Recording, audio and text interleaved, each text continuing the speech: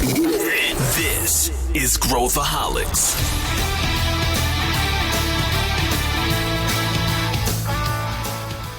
Olá, aqui é Pedro Van Gertner, eu sou o CEO da ACE e esse é Growthaholics, o podcast para quem adora inovação e empreendedorismo. O episódio de hoje conta com uma convidada muito especial, a Carla Sarni, uma empresária que é CEO da Sorridentes e presidente do Grupo Salos. Para bater esse papo, a gente também conta com a Diane, que é da ACE Startups. A gente fala muito sobre a história da Carla e eu acho que tem várias lições de empreendedorismo para quem está nos ouvindo. É um episódio um pouco diferente do que a gente costuma fazer aqui no Growthaholics, mas eu acho que você vai gostar bastante. Então vem comigo! Hoje eu estou aqui com a Carla Sarni, que é uma empreendedora que já conheço há algum tempo. Ela não vai se lembrar de mim direito, mas, Carla, eu vou te fazer uma pergunta aqui. Você se lembra quando a gente se encontrou pela primeira vez? Oh, meu Deus do céu. Não, Pedro, não me lembro. Eu vou te dizer. A gente estava na Maremonte com o Henri Kozer e eu estava indo jantar com ele e você estava terminando uma conversa com o Henri Kozer. Você se lembra? Nossa, verdade. Lembro, sim. Agora eu lembro. Faz anos. É que assim, o nosso contato ali foi tão rápido. Eu sou muito ruim com nome, mas sou muito boa de fisionomia. Mas prazer estar te reencontrando aqui mesmo no online. Prazer é todo meu, Carla. E eu te vejo todo dia quando eu passo aqui perto da minha casa, na frente tem uma Sorridentes, e eu sempre me lembro de você. E eu tô aqui com a Diane também. A Diane já é veterana aqui do Growthaholics. Tudo bem, Di? Bem-vinda. Oi, Pedro, obrigada, Carla. Prazer enorme te conhecer e participar desse podcast aqui hoje com vocês. Legal. E, bom, para a gente começar, a gente está aí numa fase muito bacana da Sorridentes e todo o negócio aí que a Carla colocou de pé, né? A gente não vai falar só sobre as coisas boas que depois a gente vê, depois de todas as conquistas, mas a gente vai falar um pouquinho da jornada. Mas antes eu queria pedir para a Carla falar um pouquinho sobre a Sorridentes, o que é, né? Tem o Salos, Sorridentes, me explica para quem está ouvindo aqui o que é o teu negócio, como que ele funciona, para depois a gente entrar, que eu quero saber muita coisa, eu quero discutir muitos assuntos contigo. Explico sim, Pedro. Diana, prazer também estar com você aqui, viu? Olha só, pessoal, a Sorridentes é minha filha primogênita, né? A primeira empresa que eu fundei em 1995. Eu tenho muito orgulho de dizer aqui para vocês, gente, que ela revolucionou o mercado de odontologia no Brasil. Em 1995, quando eu formei, o que existia? Dentista para pobre e dentista para rico. A classe média e a classe rica tratavam em consultórios particulares, que custavam uma fortuna. Um aparelho para os dentes chegava a custar em torno de 2 a 4 mil reais. E a classe menos favorecida tratava em sobrelojas que na época eram chamadas de clínica pop, Pedro, e eram verdadeiros lugares de contaminação, porque nem material se esterilizava e se contraía muita hepatite. Só que eu formei com um propósito de levar uma odontologia de primeiro mundo para as pessoas, independente da classe social. Eu e meu marido fomos ao banco, pegamos 500 mil emprestados, isso há 20 e poucos anos atrás, e construímos na Zona Leste de São Paulo, na Vila Cisper, uma clínica que era a mesma coisa que os ricos tinham nos Jardins, em Moema, no Itaim, ultra equipada, 3 andares, laser, anestesia computadorizada, tudo que existia de mais moderno na odontologia. Sala de espera só para criança. E aí o negócio explodiu e a gente começou a facilitar o pagamento em até 12 vezes sem juros, em até 36 pelo nosso próprio cartão de crédito. Com isso, a gente provou para o mercado que era possível, sim, fazer uma odontologia de primeiro mundo, né? Trazer saúde para as pessoas de altíssima qualidade em cima de 4 pilares, que foram os pilares que eu desenvolvi. Acesso, todo mundo pode. Conforto, clínicas de primeiro mundo, independente do bairro. Hoje eu tenho, para as pessoas entenderem, hoje a Sorridentes tem mais de 450 unidades espalhadas pelo Brasil.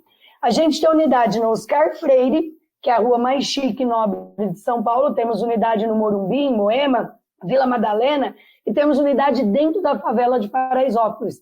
São Paulo nós temos mais de 220 unidades, praticamente uma por bairro. Porque eu acredito de verdade que comer bem, morar bem e ter saúde de qualidade é um direito de todos, independente da classe social. Então a gente não só atingiu o público da classe C e D, que hoje 37% do meu público é A e B. Quem que trata comigo? As pessoas que tratam comigo são pessoas que gostam de coisas boas por preços justos. É esse o nosso mote. Só que aí, para as pessoas poderem entender um pouquinho mais, a gente hoje se tornou a empresa mais premiada do país no setor de odontologia, eleita pelas pequenas empresas e grandes negócios como a melhor do setor por anos consecutivos. Fomos a primeira franquia no Brasil. E aí, gente, olha aqui, eu não estou falando de odontologia, eu estou falando de todas as marcas do Brasil. Estou falando das de comida, de tudo. São mais de 3 mil marcas. A Sorridentes, em 2016, foi a primeira a ser case no Sebrae, no curso Empretec, a primeira a ser case na maior universidade de negócios do mundo, na Harvard Business School. Então, eu dou aula em Boston 2 vezes por ano para alunos de mais de 80 países. E o ano passado, em 2020, também se tornou case em Stanford. Então, tudo isso nos orgulha muito.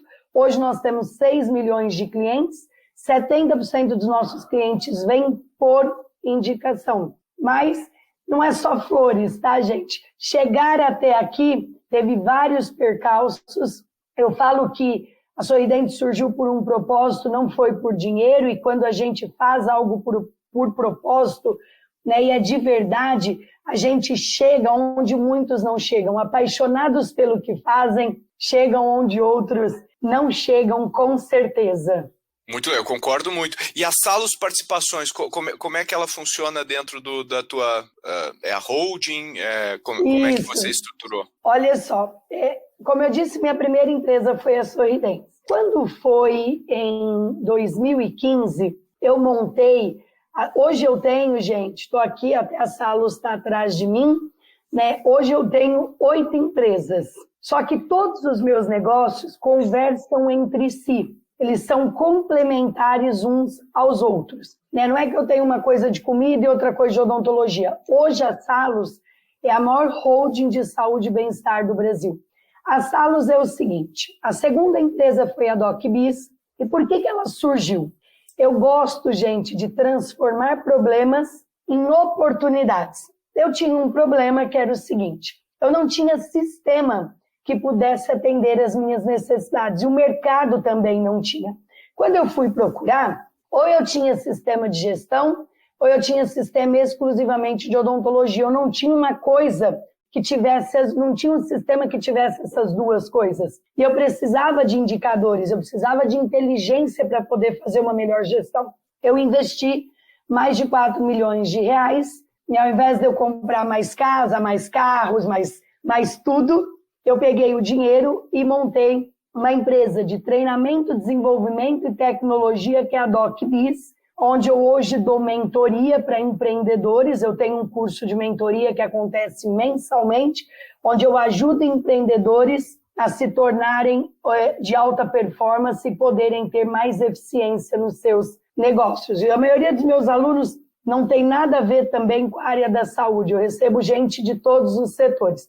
Então, a DocBiz foi criada para resolver um problema de sistema que a gente tinha. Então, hoje ela fornece sistema para todas as minhas empresas. E o outro motivo que ela foi criada foi para poder dar treinamento, desenvolvimento e capacitação para as pessoas. Depois, a minha terceira empresa, gente, foi a Sorridem. É o primeiro plano odontológico do país voltado à prevenção. Por que essa empresa surgiu? Eu estou dizendo para vocês aqui desde o começo que as coisas para mim precisam ter propósito, né? Que as coisas para mim, elas precisam ter um sentido para acontecer que é maior do que o dinheiro. O Brasil tem mais dentistas do que os Estados Unidos e o Canadá juntos. Tem mais de 320 mil dentistas. Mesmo assim, existem mais de 20 milhões de brasileiros que nunca sequer foram a um dentista. E o que está na cultura do brasileiro? 95% de quem vai ao dentista só vai quando tem problema. Só 5% da população vai para fazer prevenção. E isso, Diana e Pedro, me incomodava muito. Porque eu não quero que as pessoas vá ao dentista para arrancar dentes, eu não quero que as pessoas vá ao dentista para fazer tratamento de canal. Pelo contrário, eu quero que as pessoas vá ao dentista para ter uma experiência bacana, quero que as pessoas vá ao dentista para elas terem a oportunidade de se cuidarem e chegarem à terceira idade com todos os dentes na boca. Afinal, a saúde começa pela boca. E aí eu fundei a Sorridem Planos Odontológicos, onde eu tenho um plano de R$19,90 por mês, que é menos do que um sanduíche, e eu cuido das pessoas. Então, eu cuido de famílias inteiras há anos sem ter nenhum problema na boca. Eles vêm nas nossas clínicas a cada 6 meses fazer check-ups, prevenção, e aí as pessoas vão indo sem cárie. Eu tenho 2 filhos, pessoal, um de 19 anos e 18. Meus filhos são crianças normais, tá? Comerão doce, comerão chocolate, e eles nunca tiveram nenhuma cárie, porque eu sempre levei isso à risca de fazer a prevenção a cada 6 meses. Depois, qual foi a minha 4ª empresa? Olhem o que aconteceu. Eu contratei em 2018 a atriz Giovanna Antonelli para ser garota propaganda de quem? Da Sorridentes. E a Gi tinha uma rede, fazia uns 5 anos, que era a Giolaser Giovanna Antonelli. A Giovanna super gostou de mim e me convidou para ser sócia dela. Quantas lojas tinham a Giolaser? 13. É uma empresa que foi fundada em 2013. Em 2018 eu conheci a Giovanna e tinham 13 lojas. Virei sócia da Giovanna. Em 2019 eu pus gestão na empresa, organizei a empresa, coloquei processos. E aí em 2020 eu comecei a expansão para valer em fevereiro de 2020, um mês antes da pandemia. Já tenho 265 unidades. Depois a minha próxima empresa, que é uma filha que eu amo muito, que é a Olhar Certo. E olha como é que as coisas vão acontecendo, Pedro, Daiane e todo mundo aí na minha vida. Eu morei na casa de um tio meu de favor em São Paulo. E esse meu tio me alojou lá na casa dele até eu arrumar emprego, até eu poder me organizar. E eu tinha um primo que estudava muito. E o sonho dele era ser médico, mas meu tio não podia pagar. Esse meu primo fez medicina numa federal e se tornou um dos melhores oftalmologistas do país, um dos melhores cirurgiões de catarata do país. Hoje ele é professor de servidor, está na equipe dos melhores cirurgiões. Um dia ele foi para uma missão na Amazônia, ele voltou e fez assim para mim: Carlota, eu ganho muito dinheiro, mas eu quero deixar um legado, eu não estou feliz com o que eu estou fazendo. Eu quero poder impactar mais gente. Afinal, gente, olha o que eu vou ensinar para vocês aqui, que eu vou contar para vocês, que legal. Enxergar bem é viver bem. Uma pessoa que tem catarata avançada, ela se machuca, ela tromba nos móveis, ela não consegue ver o rosto das pessoas direito. A pessoa realmente começa a vegetar, porque ela não consegue ter autonomia de fazer nada.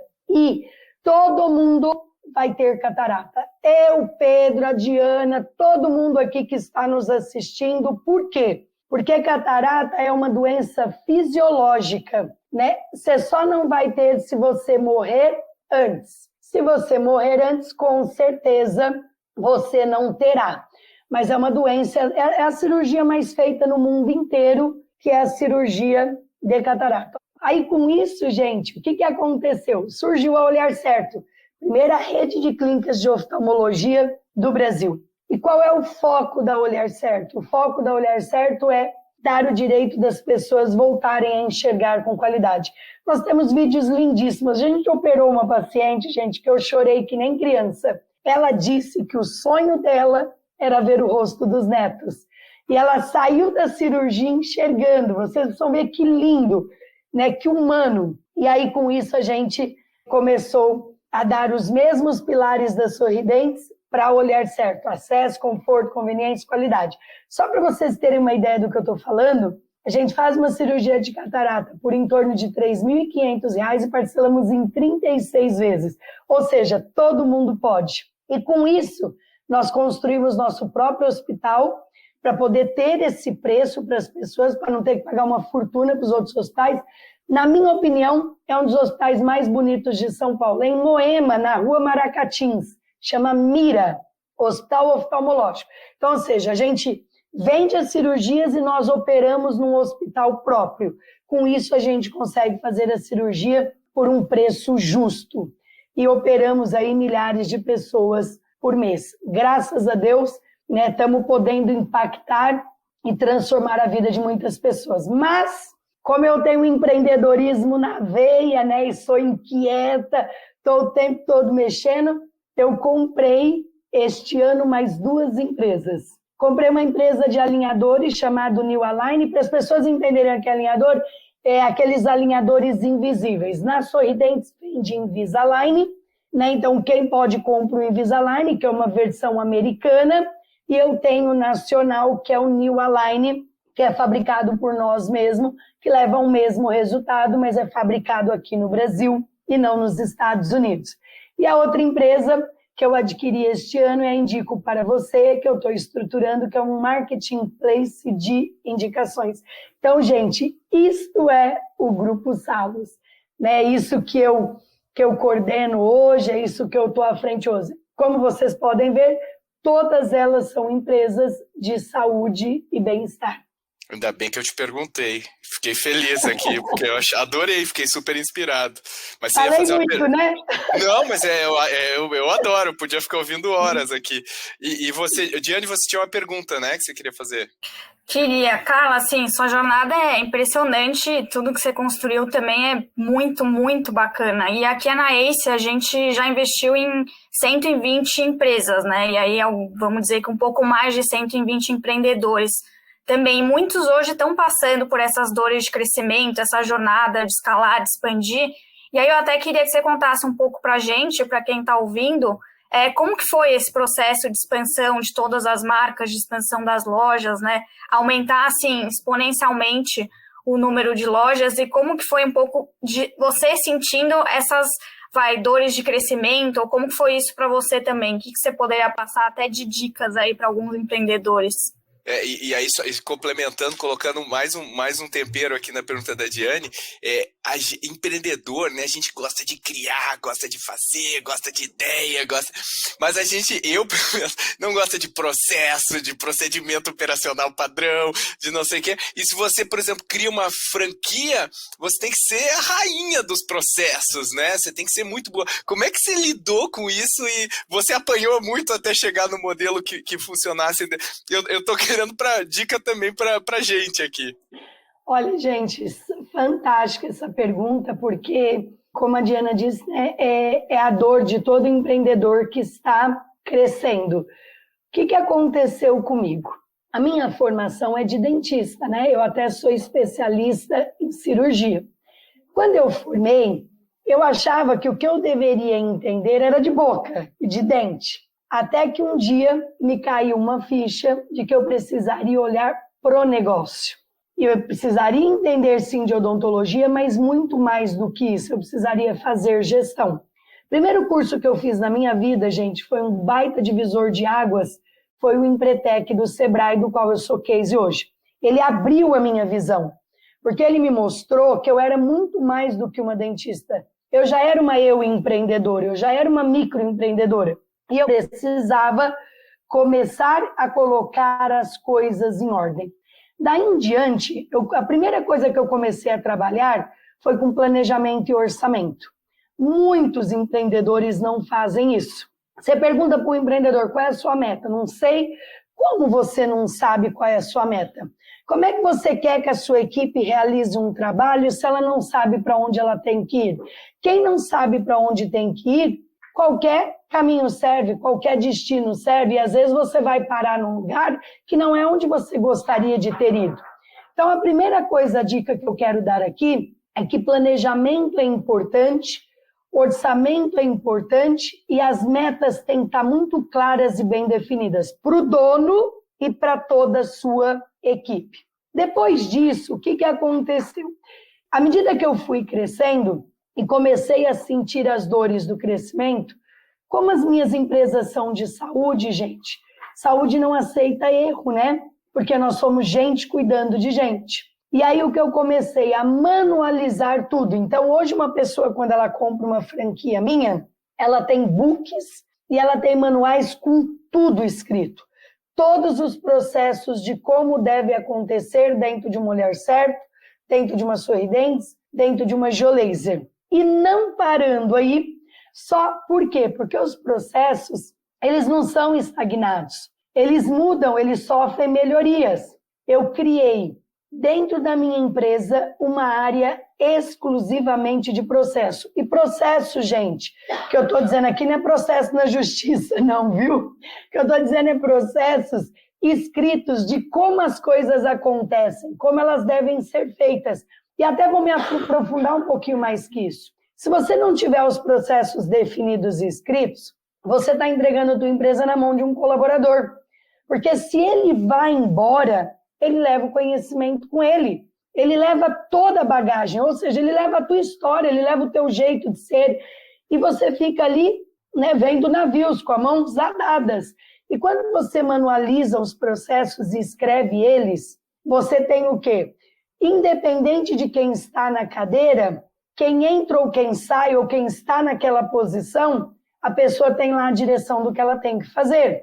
Então, hoje eu tenho uma área voltada para processos. O que essa área faz? Escreve e atualiza processos diariamente de todas as empresas.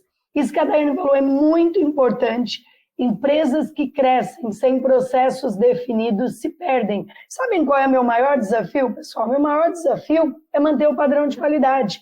Hoje eu tenho unidade em São Paulo e tenho unidade em Marabá. Eu preciso que a mesma coisa que acontece em São Paulo aconteça em Marabá, aconteça no Ceará, aconteça em Pernambuco, que a gente tenha, né, aí o mesmo padrão, a mesma linguagem, né, os mesmos processos, o mesmo jeito de ser, e para isso não existe outra forma que não seja você implantar processos na sua empresa. Muito legal.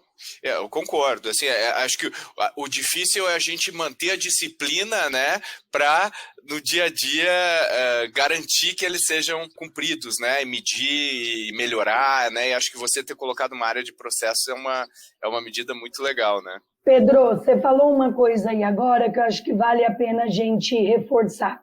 Você falou uma palavra que eu adoro, disciplina. As pessoas me perguntam muito como é que eu dou conta. Olha só.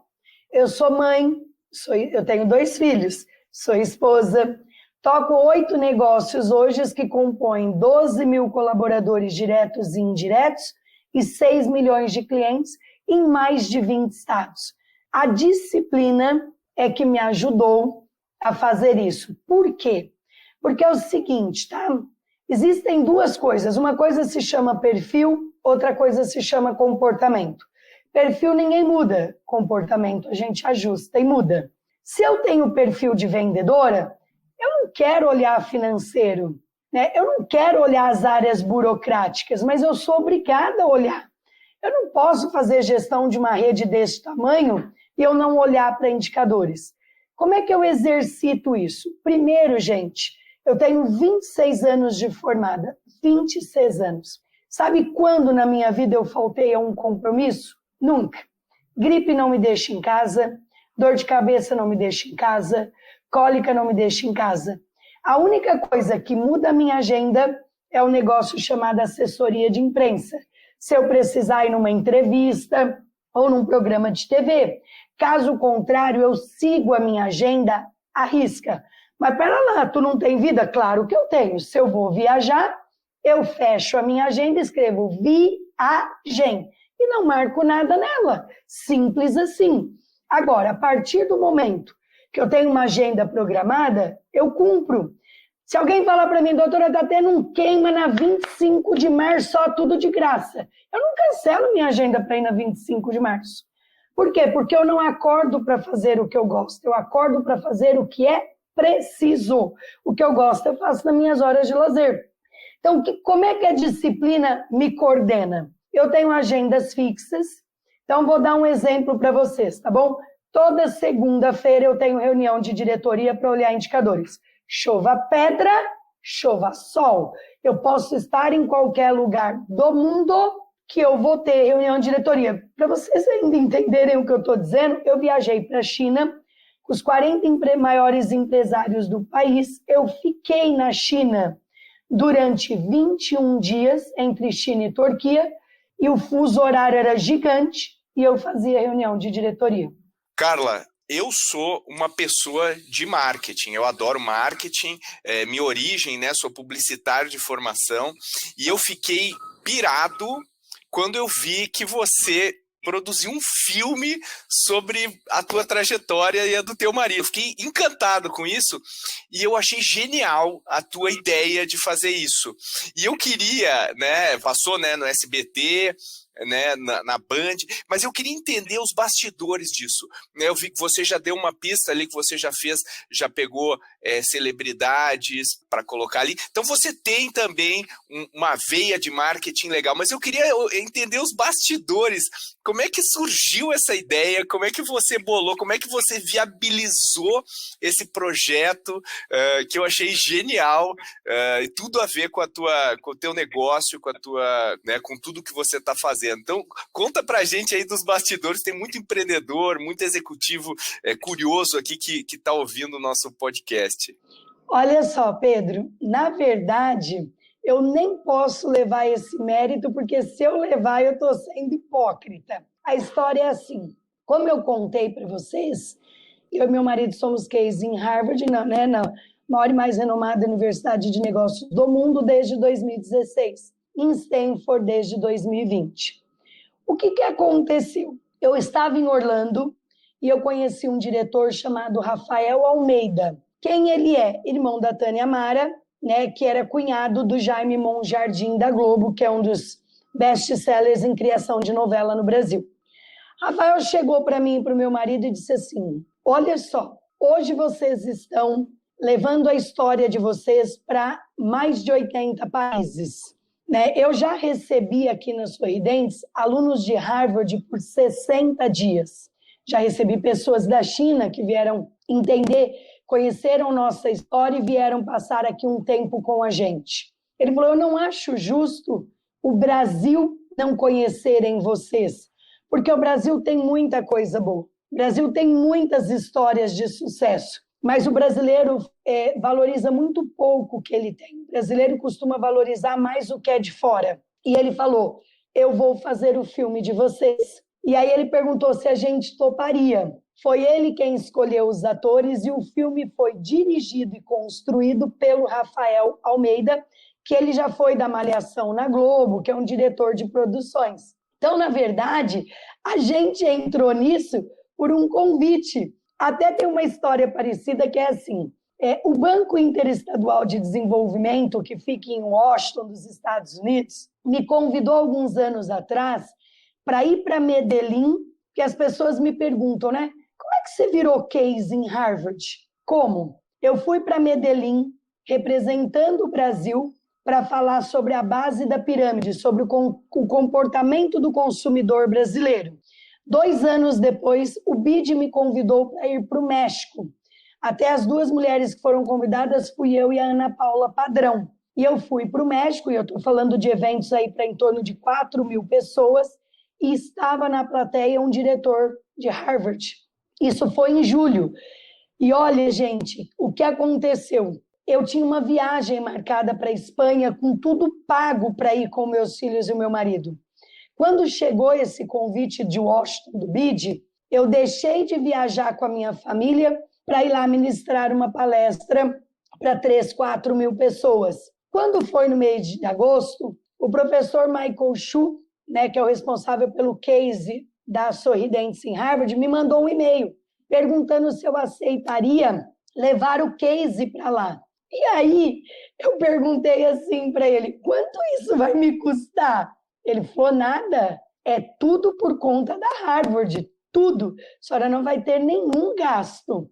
E aí eles mandaram uma representante de Harvard para Sorridentes, ela ficou 4 meses escrevendo o case, depois veio uma comitiva em dezembro de Harvard e ficou 1 semana validando se o que estava escrito era o que realmente acontecia, porque uma instituição com esse renome não pode escrever mentiras e coisas que não são verdadeiras, Então, eles validaram cada coisa que estava escrito no case, e aí no ano seguinte foi o lançamento em Harvard. Este ano mesmo, agora em novembro, eu já recebi o convite para estar lá de novo aí, falando para alunos de mais de 80 países. Então, eu não paguei nada para ir para Harvard, muito menos para fazer o filme. Né? Eu caí na graça de um diretor, esse diretor quis contar a minha história para todos os brasileiros, e a gente acabou aceitando o convite, e o filme foi construído dessa forma. Então, essa sacada não foi minha, foi dele, né? Então, as portas foram uma abrindo a outra. Eu falo, Pedro, que o cavalo passa para todo mundo. Uns montam e outros não. Uns passam a mão, banando a mão para o cavalo. Outros montam, agarra com as duas mãos e vai embora. Fantástico, Carla. E eu tenho certeza que ele vai render muitos frutos para você, mas não só isso, também inspira o pessoal, né? Inspira as pessoas, né? Eu acho que essa mensagem de... eu acho que a gente está tendo uma linha, né, de que... é assim, eu não tenho que fazer, eu nunca vou sair da minha situação e tal, e eu acho que é muito legal histórias que mostrem, não, peraí, você consegue mudar a sua realidade, né, você consegue, eu acho que esse tipo de exemplo é muito importante, né, para os brasileiros. Pedro, eu quero deixar aqui, eu não quero contar algumas coisas, porque eu quero deixar curiosidade para o pessoal assistir o filme. É um filme para a família assistir, né, um filme que traz muita inspiração, superação, paciência, companheirismo entre eu e o meu marido, né? Porque nós tivemos aí uma situação na nossa vida que nós quebramos e se reerguemos. A Força de um Sorriso, que é o nosso filme, passou no SBT, agora, né, vai passar na Band e logo, logo estará nas plataformas de streams. Quem quiser conhecer um pouquinho mais, olhar os trailers, entra no meu Instagram, tem bastante coisa lá, que é o DRA, de doutor abreviado, Carla.Sarni. Então, vai lá, fuça que você vai ter aí acesso a uma série de insights do filme, e o filme, eu acredito que vai continuar aí sendo vinculado em algumas plataformas. Pedro, eu quis muito, né, que uma TV colocasse o filme em rede nacional. Por quê? Porque eu quero que as pessoas mais simples tenham o privilégio e o direito de ver. Quando você vai para uma plataforma fechada, não é todo mundo que tem, né? Não é todo mundo que pode ter. Então, eu quero sim poder inspirar milhares e milhares de brasileiros, inclusive as mulheres, a terem a sua independência financeira, a realizarem os seus sonhos. O filme, né, que eu e meu marido participamos, ele mostra que é possível, sim, você realizar os seus sonhos, você ter foco, determinação, e que obstáculos todo mundo vai ter. Mas a nossa vontade de vencer tem que ser maior do que qualquer desafio, do que qualquer obstáculo. E até, Carla, falando assim de obstáculos, a gente vê muito, né, os empreendedores hoje aqui no Brasil, inclusive por conta da pandemia, passando ainda mais por alguns obstáculos. E aí, se a gente for olhar a jornada de vocês encararam uma dívida aí de 23 milhões, né, de reais, que não é para qualquer um, assim. E a gente vê hoje os empreendedores também no Brasil com uma gama talvez um pouco maior hoje de opções de financiamento, de funding. A gente vê também venture capital se consolidando no mercado, que talvez lá na época não tinha tantas opções assim. E aí acho que vale até a gente explorar um pouco assim, como que foi, né, esse processo para vocês, como que foi contornar esse obstáculo, assim, até desconsiderando um pouco a questão do valor monetário, né? Como que a gente pode hoje passar algumas dicas para alguns empreendedores de como eu posso contornar esses obstáculos, olhando também para financiamento e psicologicamente, né, falando também?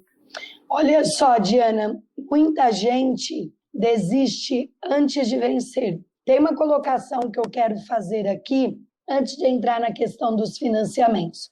Uma coisa que você falou é certeira. Em 1995 e em 2000, você não tinha as linhas de créditos que você tem hoje. Uma das coisas que eu tive a coragem de fazer foi vender a casa que eu morava, um apartamento de 200 metros quadrados de luxo no Tatuapé, para pagar as férias e o 13º dos funcionários.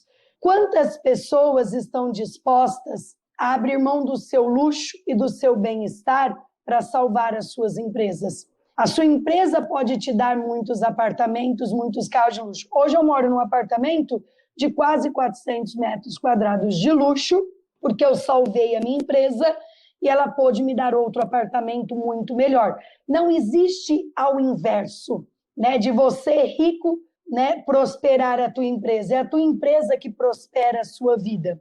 Só que, né, muita gente quer os frutos, quer o sucesso, mas não está disposto a pagar o preço por isso. Cada escolha exige uma renúncia e a maioria das pessoas não querem renunciar a nada. Vou contar aqui um fato interessante para vocês. Um dia uma pessoa escreveu assim para mim nas redes sociais: doutor, eu sou um excelente dentista, mas eu não quero mais trabalhar para os outros. Agora eu quero montar minha clínica. Aí eu falei, nossa, que legal. E eu queria que a senhora fosse a minha investidora. Quando eu entrei nas redes sociais dele, os carros dele eram mais caros que os meus. Ele comia em restaurantes que eu nunca comi, ele conhece países que eu nunca passei. Eu respondi para ele, meu amigo, sonho tem que ter prazo, mas quem tem que acreditar primeiro nele é a pessoa. Como é que você quer que alguém acredite no seu negócio, no seu produto, se você mesmo não acredita? Eu disse para ele, o primeiro passo para você poder construir o seu sonho é você acreditar nele. Tenho certeza que se você viajar para lugares mais baratos, jantar em restaurantes mais baratos e ter carros mais baratos, você não precisa de ninguém para investir em você. Você mesmo pode montar o seu próprio negócio. Então as pessoas precisam ter clareza disso. Durante 7 anos, tudo que eu ganhei, eu coloquei no meu negócio. As pessoas diziam para mim, você não vai comprar um carro zero? Eu fazia, Deus me livre. Meu negócio vai me dar muitos carros. Ao invés de eu comprar um carro zero, o que eu fazia? Eu comprava mais cadeiras, mais raio-x. Eu ia comprando mais equipamentos e convidando colegas para virem trabalhar comigo. Eu ia fazendo o poder da multiplicação. É triste a gente ver, né, empreendedores desistindo dos seus negócios. Eu venci devendo 23 milhões de reais e paguei cada centavo. E paguei em 3 anos e peguei o dinheiro para pagar em 5 anos no banco.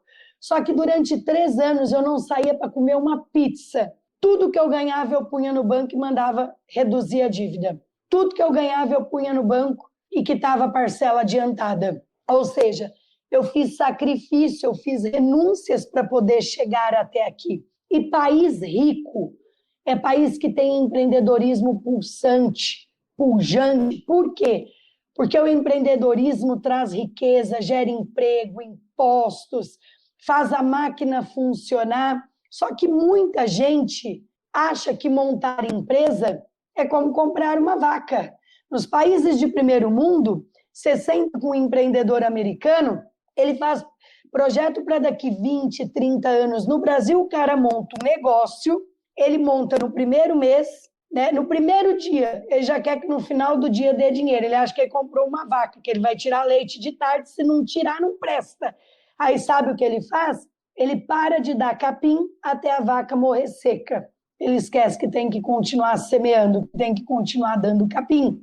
Isso é triste, uma visão de tão curto prazo, né? E a pessoa não tá disposta a fazer sacrifícios. Sabe por quê, gente? Porque não é sonho, é só dinheiro. O que me levanta da cama todos os dias não é dinheiro. O que me levanta da cama todos os dias é propósito. É maior do que dinheiro. Quem vivia por dinheiro na pandemia agora se lascou, porque não tinha propósito para levantar da cama. E aí eu pergunto para as pessoas que estão aqui, o que te faz levantar da cama todos os dias? Por que motivo você levanta? Se é por dinheiro, você está lascado. Primeira pandemia que tiver, você parou, você não levanta mais da cama. E, gente, as crises são cíclicas. Elas vêm e voltam. A pergunta é, quando virá a próxima? Essa é a grande questão. Tem muita gente esperando o dia D para começar. Dia D, que dia D é esse? O dia D é hoje, é agora, né? Não tem dia D. Olhem só, que eu tenho conhecimento, eu sou a única franqueadora no Brasil que não fechou nem uma loja em 2020. 0. Abri 92 novas lojas e cresci mais de 300%. Está lá no Instagram meus números. Ganhei o prêmio de empreendedora do ano pela Money Report. Só 2 mulheres ganharam. Eu e a Luísa Trajano há 15 anos atrás. Este ano eu estou crescendo mais de 700%, e 90% das geolasers que eu abri de fevereiro do ano passado para cá atingiram o ponto de equilíbrio no primeiro mês, não pôs nenhum real de fluxo de caixa e deu lucro no primeiro mês. Os meus negócios são espetaculares. Realmente eu estou num setor privilegiado. Quanto mais crise, mais eu cresço. Mas por quê? Porque eu me preparo. Quando as crises vêm, eu estou pronta. Por exemplo, veio a crise, eu já tinha o plano odontológico de R$19,90 para vender. Eu já tinha feito parceria com o Einstein Conecta do Hospital Israelita Albert Einstein. Eu já tinha um plano de odontologia com telemedicina. O que aconteceu na crise? Ninguém queria ir para os hospitais, as pessoas queriam fazer consulta online. Eu já tinha o produto na prateleira. Então, eu estou o tempo todo em movimento, o tempo todo buscando excelência, eu nunca fico na zona de conforto. Imaginem só, eu estava em 2019 crescendo quase 200%. Eu poderia estar na piscina, no clube, né, como diz lá no interior, com o bumbum para cima, e ó, as coisas estão andando bem, deixa a vida me levar, deixa o vento me levar. Não, eu fui lá, fiz milhares de parceria, me associei ao Einstein Conecta, criei um produto novo. Quando a pandemia veio, eu só tirei da cartola. Por quê? Porque eu me preparei. E isso é um grande desafio para o empreendedor brasileiro, sair da zona de conforto. Sair da zona de conforto requer energia, requer comprometimento. E muita gente se contenta com muito pouco. Ganhou um pouquinho ali, entra na zona de conforto. Então, eu digo para você, empreendedor que está aqui me ouvindo, você acredita mesmo no seu negócio? De verdade? Até tem uma pergunta para fazer aqui para os empreendedores. Você consome o que você vende? Você come o que você vende? Porque tem um monte de empreendedor que é hipócrita, né? Ele vende para os outros, mas ele mesmo não consome. O dia que eu não consumir o que eu vendo, eu tenho que abaixar minhas portas. Você imagine aonde eu faço tratamento dentário, eu, meus filhos, meu marido, na Sorridentes, porque se serve para mim, serve para os outros. O dia que não servir para mim e não servir para os meus filhos, não serve para ninguém. Porque o que eu sou melhor do que as pessoas? Então, tem gente que produz um produto e ele mesmo não usa, né? Então, a pergunta é essa, exatamente essa. Você consome? Você usa? Você acredita? Porque o empreendedor, quando ele acredita mesmo de verdade no negócio, ele vende o carro para salvar o negócio. Aí perguntam assim hoje para mim nas redes sociais, ô doutor, eu estou com uma dívida, e se eu vender o meu carro, eu pago. O que a senhora acha? Eu digo, amigo, vende agora, rapidinho, perde tempo não. Eu vendi meu apartamento de 1 milhão por 800 mil, 200 mil a menos em 2 horas para pagar a conta. Sabe por quê? Se esse cara não vende o carro, daqui 2 anos o banco virou sócio dele, a dívida triplicou, o carro desvalorizou, porque o carro só desvaloriza, e nem se ele vender o carro ele paga, ele vai precisar de 3 carros para pagar a dívida. Ai, mas eu vou ter que andar de ônibus. E daí? Anda um pouco de ônibus, depois vai lá e financia outro carro. Então, gente, fazer sacrifício faz parte da vida do empreendedor. A não ser que tu tenha um pai trocínio, mãe trocínio, mulher trocínio, vocês sabem o que é isso? Aquele que te dá um cartão black, preto, sem limite, e ó, taca ali pau. Tu não nasceu filho de rico, não casou com mulher rica, é o TBC, meu povo. Tira a bunda da cadeira e bora correr atrás. Que aula, Carla, adorei, me lembrou até do vídeo lá, a gente fez junto lá no Meu Sucesso, aquele, eu fiz um e depois eu vi o seu, e você tem um trecho que eu sempre me lembro lá do Tira a Bunda da Cadeira, você falando lá num palco, assim, e eu acho super legal, eu sempre lembro dessa sua frase, com a sua energia, você estava lá super focada, e bom, depois, normalmente eu faço um round final para a gente dar dicas aí, pessoal, mas essa sua fala final aí, eu acho que todos os empreendedores deveriam ouvir e anotar, e pegar cada pedacinho do que você falou, porque tem muito, muito, muito do que eu realmente acredito que faz a diferença quando a gente cria um negócio, né? Então, Carla, eu queria te agradecer imensamente pelo teu tempo aqui, por ter compartilhado. Eu tenho certeza que muitos empreendedores vão se beneficiar disso que você falou aqui. E eu queria te parabenizar também pela tua jornada, que me inspira e me inspirou muito aqui essa conversa, e eu tenho certeza que inspirou também a Diane. E Di, obrigado também pela tua participação. Carla, espero que a gente faça um segundo round, porque eu tenho um monte de perguntas que eu não te fiz e eu quero bater mais papo contigo ainda. Muito obrigado. Gratidão, Pedro, gratidão, Diane, e a toda a equipe que promoveu esse encontro.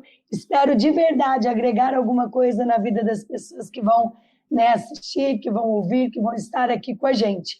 E, pessoal, lembrem-se de duas coisas importantes. Nenhum desafio pode ser maior do que a sua vontade de vencer. E conhecimento sem atitude não vale de nada. Grande abraço para vocês. Me sigam lá no Instagram, DRA de doutora Carla Pontissani, que eu estou sempre dando insights de empreendedorismo. Beijo, pessoal! Sensacional. Obrigada, Carla. Um prazer também.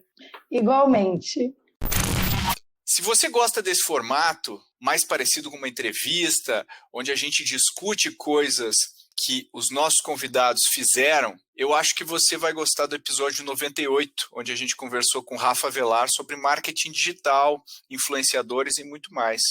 Outro papo muito interessante foi com a Stella, onde a gente falou sobre a jornada de empreendedor a investidor. Tem muita coisa divertida lá. É um episódio especial que a gente gravou entre o 82 e o 83. Dá uma conferida. E não se esqueça do nosso novo canal de comunicação, o e-mail podcast@goace.vc. Nossa equipe quer muito ouvir o que você tem a dizer, suas dúvidas, suas sugestões para os próximos episódios.